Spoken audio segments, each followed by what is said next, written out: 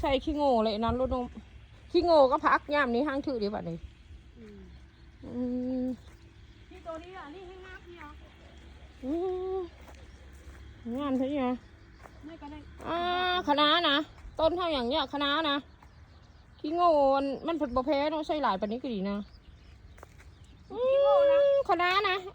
ฮะขี้โง่ได้ใส่เท่าเด็กก็มันโบเพตัวเข้าใจโบโอ้มันโบแห้งคือขี้ไก่คะน้าถึงกระโดดที่เนี้ยก้านใหญ่ที่เนี้ยขี้ไก่มันแห้งโน่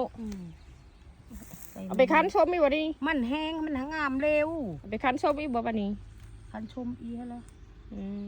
บีคันมันเอาไปใช้อันนี้ตัวขึ้นเบียวไปขายกับพักซี่ขึ้นไปดึงไปขายก็